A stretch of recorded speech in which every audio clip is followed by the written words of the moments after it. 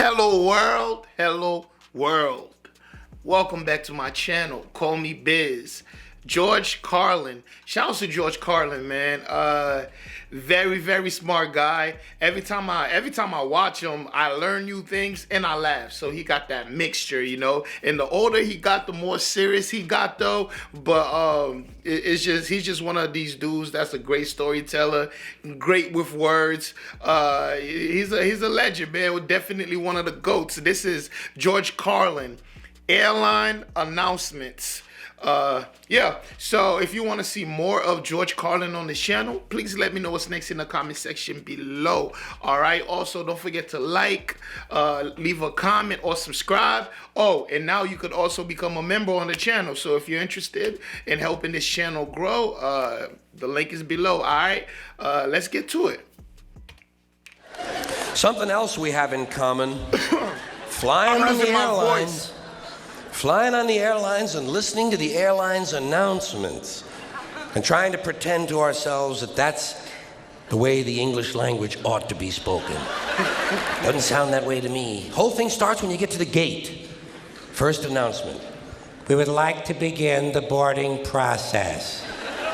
Extra word, process, not necessary. Boarding is enough. We'd like to begin the boarding. Simple. Tells the story. That's true. People add extra words when they want things to sound more important than they really are. Boarding process. Sounds important. It isn't. It's just a bunch of people getting on an airplane. People like to sound important. Weathermen on television talk about shower activity. Sounds more important than showers. I haven't heard one guy on CNN talk about a rain event. Swear to God, he said, Louisiana's expecting a rain event. I thought, holy shit, I hope I can get tickets to that. That's good. Emergency situation. News people like to say, police have responded to an emergency situation. No, they haven't. They've responded to an emergency. We know it's a situation. Everything is a situation. The power of words. Anyway, as part of this boarding process, they say, we would like to pre-board. Well, what exactly is that? What does it mean to pre-board? To get on before you get on? The boarding before the boarding.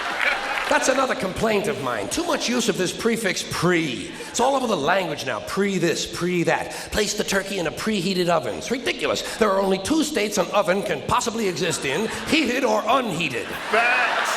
Preheated is a meaningless fucking term. Pre-order. It's like pre-recorded. This program was pre-recorded. Well, of course it was pre-recorded. When else are you going to record it? Afterwards? That's the whole principle of recording, to do it beforehand. Thanks. Otherwise, it doesn't really work, does it? That's a fact. That's a fact. Let them know, George. Let them know, Pre-qualified, pre-planned, pre-screened. You know what I tell these people? Pre-suck my genital situation. And they seem to understand what I'm talking about. Anyway, as part of this pre-boarding, they say, we would like to pre-board those passengers traveling with small children. Well, what about those passengers traveling with large children? Suppose you have a 2-year-old with a pituitary disorder. You know, a 6-foot infant with an oversized head. The kind of kid you see in the National Enquirer all the time.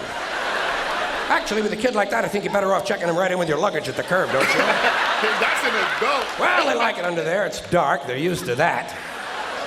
About this time, someone is telling you to get on the plane. Get on the plane, get on the plane. I say, fuck you, I'm getting in the plane. Let Evel Knievel get on the plane. I'll be in here with you folks in uniform. There seems to be less wind in here.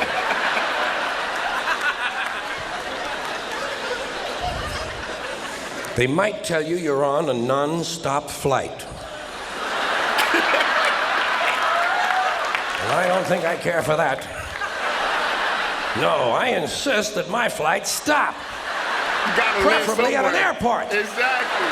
It's those sudden, unscheduled cornfield and housing development stops that seem to interrupt the flow of my day. Here's one they just made up. Near miss. When two planes almost collide, they call it a near miss. It's a near hit. A collision is a near miss. Look, they nearly missed. I'll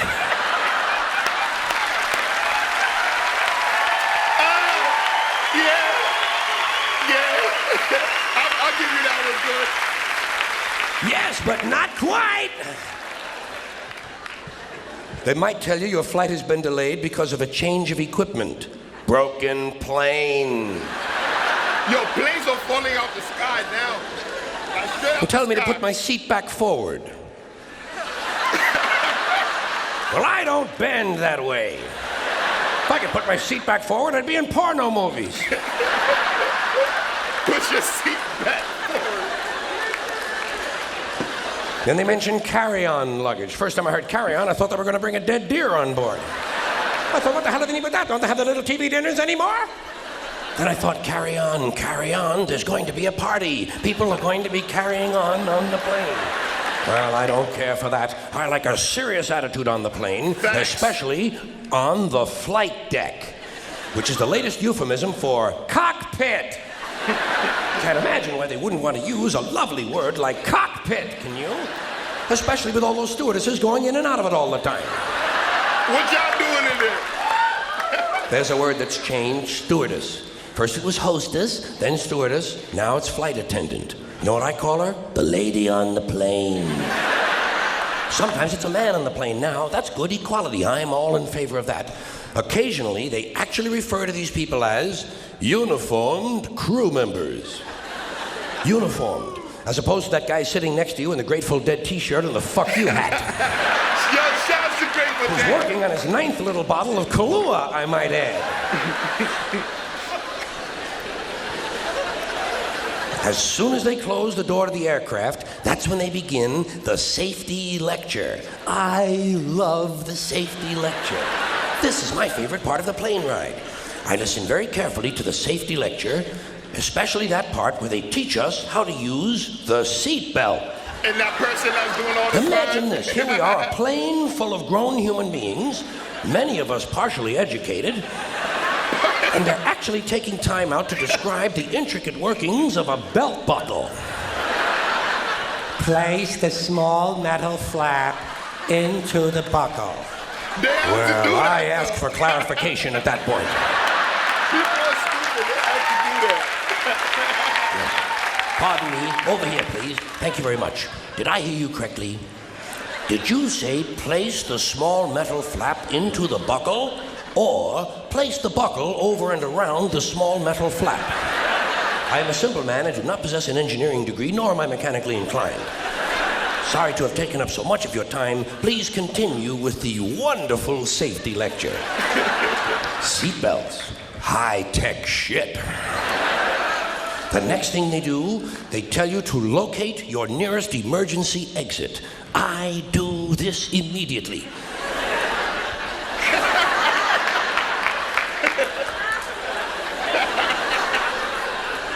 I locate my nearest emergency exit, and then I plan my route. You have to plan your route. It's not always a straight line. You go play your Sometimes there's a really big fat fuck sitting right in front of you. Move, bitch! Well, you know you'll never get over him. I look around for women and children, midgets and dwarfs, cripples, war widows, paralyzed veterans, people with broken legs, anyone who looks like they can't move too well. The emotionally disturbed come in very handy at a time like this. You may have to go out of your way to find these people, but you'll get out of the plane a lot goddamn quicker, believe me. I say, let's see. I'll go around the fat fuck, step on the widow's head, push those children out of the way, knock down the paralyzed midget, and get out of the plane where I can help others.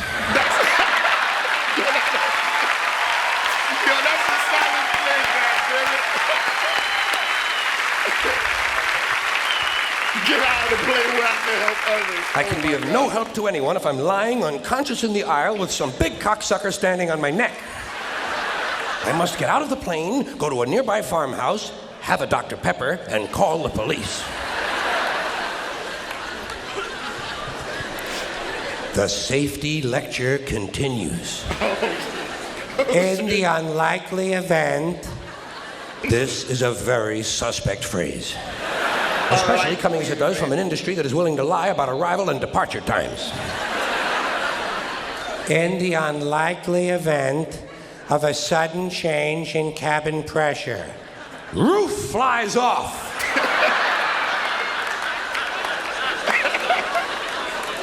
An oxygen mask will drop down in front of you. Place the mask over your face and breathe normally. Well, I have no problem with that. I always breathe normally when I'm in a 600-mile-an-hour uncontrolled vertical dive.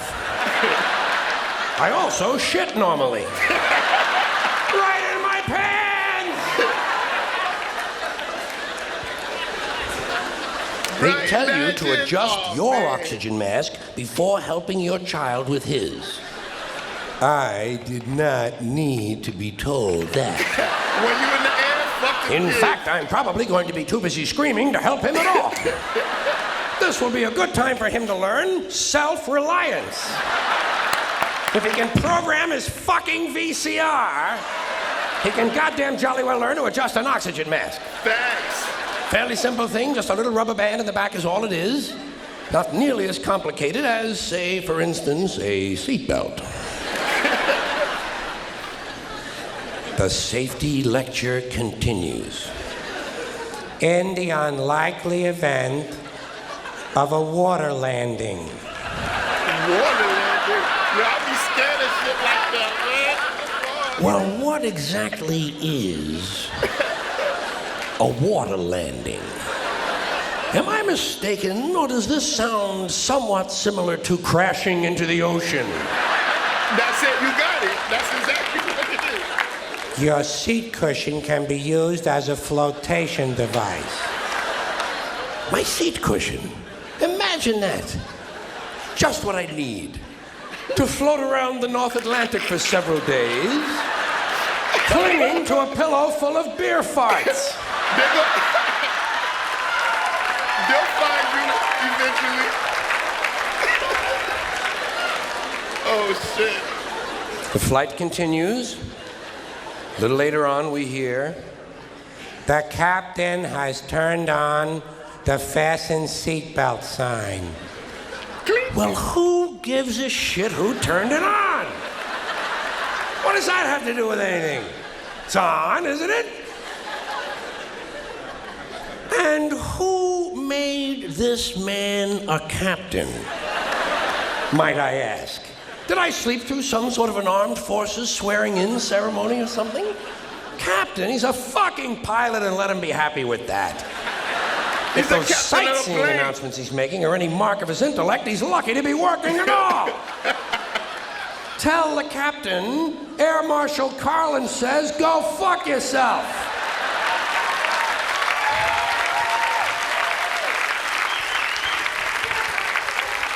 Damn, look at The that next audience. sentence I hear is full of things that piss me off. Before leaving the aircraft, please check around your immediate seating area for any personal belongings you might have brought on board. Well, let's start with immediate seating area. Seat! It's a goddamn seat. Check around your seat. For any personal belongings. Well, what other kinds of belongings are there besides personal? Public belongings? Do these people honestly think I might be traveling with a fountain I stole from the park? What about a cup that, you know, when they give you stuff like water bottles, You cups might and stuff have like brought that? on board. Well, I might have brought my arrowhead collection. I didn't. So I'm not going to look for it. I'm going to look for things I brought on board. Would seem to enhance the likelihood of my finding something, wouldn't you say? They tell me to return my seat back and tray table to their original upright positions. Fine. Who's going to return this guy in the Grateful Dead t-shirt and the fuck you hat to his original upright position? Shout out to Grateful Dead again, man. About this time, they tell you you'll be landing shortly.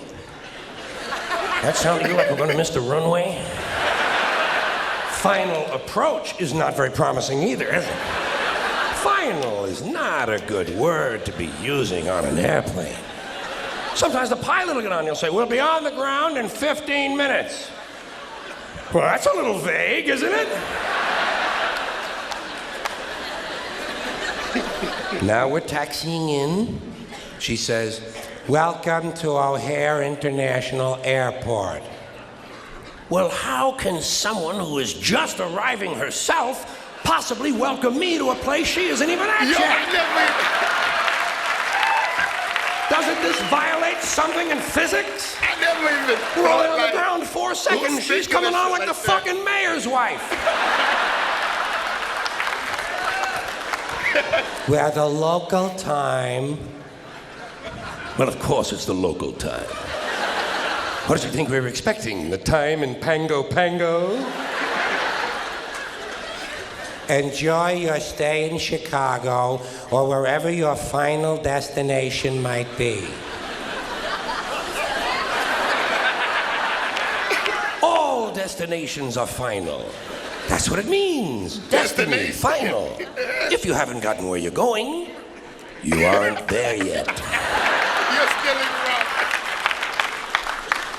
The captain has asked. More shit from the bogus captain. You know, for someone who's supposed to be flying an airplane, he's taking a mighty big interest in what I'm doing back here. That's his shit, man.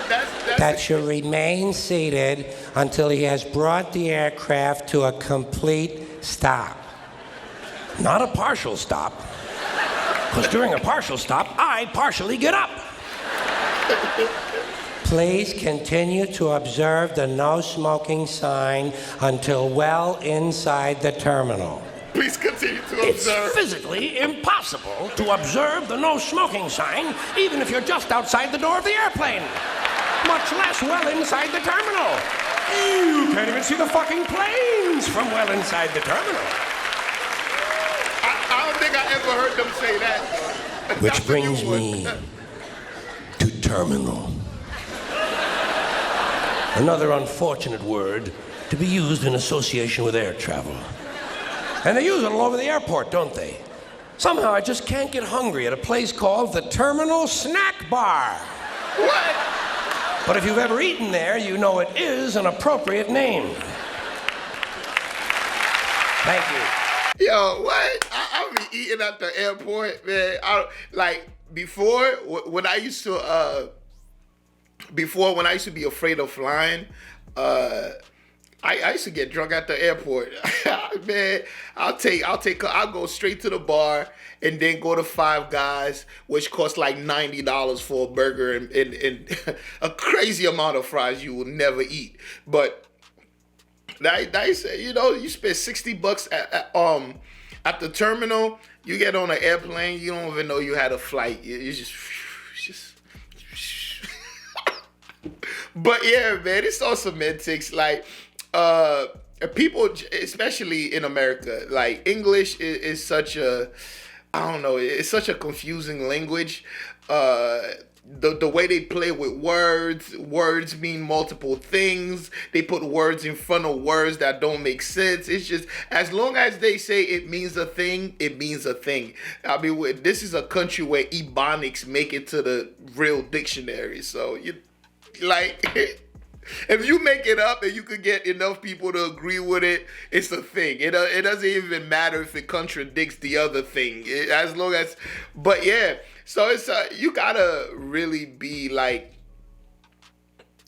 just fully paying attention at all times to notice all this stuff. Some of it, I'm like, oh yeah, that's kind of odd. But like most of the time, when people are in the airport, like I used to hate the airport so much. I used to hate everything about it. The people, how they're dressed. It's like people think going on a plane means you could dress like it's a Sunday in your house. It's ridiculous. I hate it. Like people, I don't even think people shower before they go to the airport. You know, it's always sweats and just they come. You know how they say come at your best or whatever. Is that what they say? whatever. They come at their worst, the worst. Like it's just a bad situation. But anyways, man, shout out to George Carlin. You see what I mean? He's very good with language. Like he's such an intellectual.